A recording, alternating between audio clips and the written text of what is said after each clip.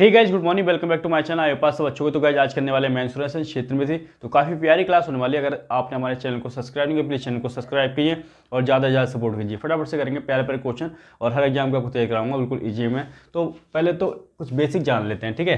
देखो, मेंसुरेशन में ट्रिपलेट की जरूरत पड़ेगी, तो ट्रिपलेट पहले कर लेते हैं फटाफट से। जैसे मैंने आपको कहा, ये राइट एंगल ट्रायंगल है, ठीक है। और राइट एंगल ट्रायंगल में आप जानते हो ये 90 का एंगल हो गया, ठीक है। और इसके सबसे बड़ी साइड होती है आपकी हाइपोटेनस, यानी कि कर्ण। क्या होती है? कर्ण। बात करें, ये आपका लंब होता है। क्या होता है?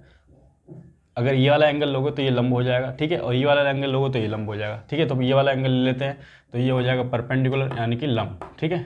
वहीं बात करें, ये आपका आधार हो जाता है। क्या हो जाता है? आधार, ठीक है। बेस। अब देखो, अगर आपको एक साइड दे दी जाए, मैंने कहा ये 3 है और ये 4 है, तो ये वाली साइड बताओ आप कैसे निकालोगे। आपको पता है पाइथागोरस थ्योरम लगाओगे आप, ठीक है। पाइथागोरस थ्योरम क्या होती है? हाइपोटेनस का स्क्वायर बराबर परपेंडिकुलर का स्क्वायर प्लस बेस का स्क्वायर। ये लगाओगे और सॉल्व कर दोगे, ठीक है। अब ये दे नहीं रखा है, ये निकालना है आपको। परपेंडिकुलर दे रखा है 3 का स्क्वायर, बेस दे रखा है 4 का स्क्वायर।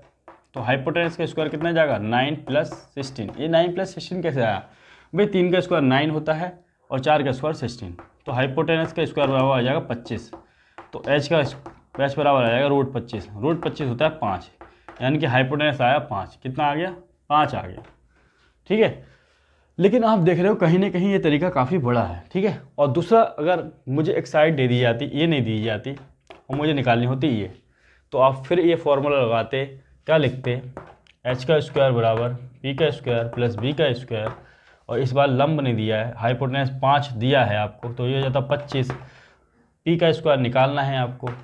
बी का स्क्वायर कितना हो जाता? 16। अब 16 इधर आता तो 25 - 16 हो जाता। पी का स्क्वायर ये होता 9 बराबर पी का स्क्वायर। तो पी का स्क्वायर बराबर हो जाता 9, तो पी बराबर हो जाता √9, तो ये हो जाता 3। कितना हो जाता? 3। ये निकाल लेते फिर। मतलब कोई भी साइड 2 दे दी आपको और तीसरी निकालनी है, तो आप ये पाइथागोरस थ्योरम से आराम से निकाल सकते थे। अब जो 90 एंगल के सामने होती है वो सबसे बड़ी साइड होती है, वो आपकी हाइपोटेनस होती है, कर्ण, ठीक है। अब देखो, ये कहीं ना कहीं तरीके का बड़ा लग रहा है, तो इसको देखो हम शॉर्टकट कैसे कर सकते हैं। एक सीरीज याद रखो, क्या? 3 4 5, ये याद कर लोगे तो आप फटाफट से सॉल्व करोगे। देखो कैसे, अगर आपने ये याद कर ली तो इस तरह से आप फटाफट से काफ़ी चीज़ें सॉल्व कर पाओगे और बिना निकाले, ठीक है। हाँ भाई देखो, ये है, ठीक है, ये 90 का एंगल है। अच्छा, इसका देखो 2 टाइम करोगे तो कितना आ जाएगा? 3 दूनी 6 मिलेगा, ठीक है। और 4 दूनी 8 मिलेगा और 5 दूनी 10 मिलेगा। इसका 3 टाइम करेंगे तो 3 3 9, 4 3 12 और 15, ठीक है। इसका 4 टाइम करेंगे, 3 चौक 12, 4 चौक 16 और 5 चौक 20।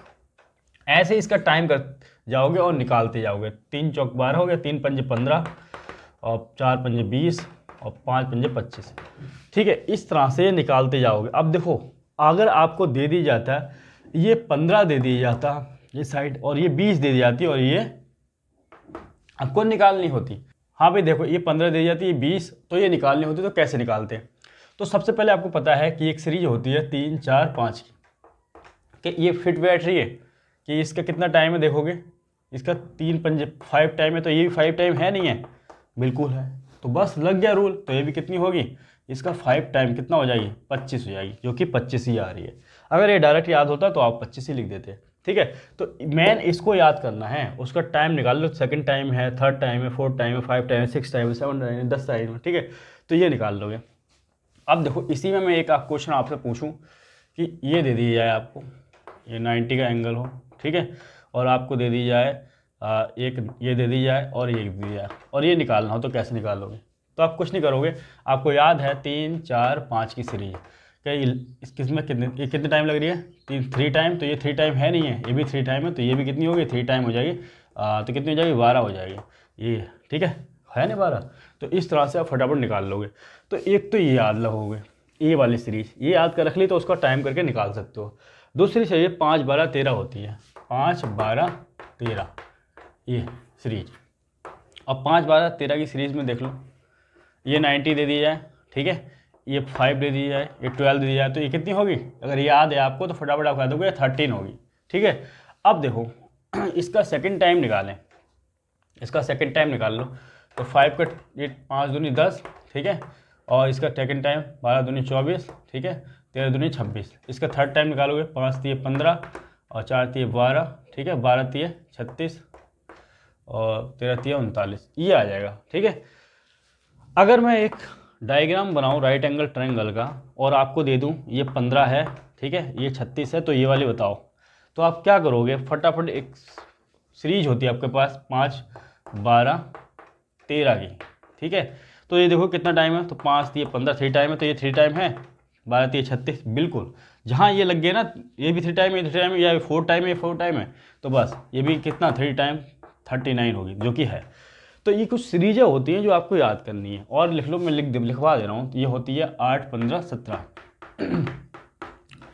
अब इसका भी ऐसे निकाल लोगे, second time, third time, fourth time करके 8, 15, 17 का। ठीक है, ऐसे आप निकालते हो तो 9, 40, 41 होती है। ठीक है, 9, 40, 41।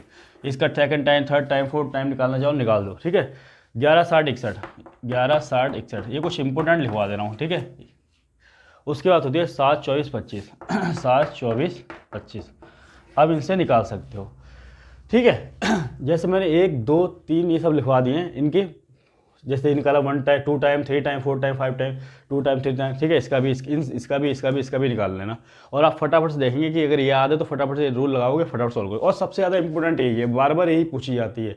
ठीक है, उसके बाद ये फिर 11, 60, 61, फिर ये 9, 40, 41 ये बार बार पूछी जाती है आपसे। ये ट्रिपलेट होते हैं। ठीक है, इनको याद कर लोगे तो आपको निकालने की जरूरत नहीं है, आप फटाफट निकाल के आंसर दे दोगे। लिख लो फटाफट से।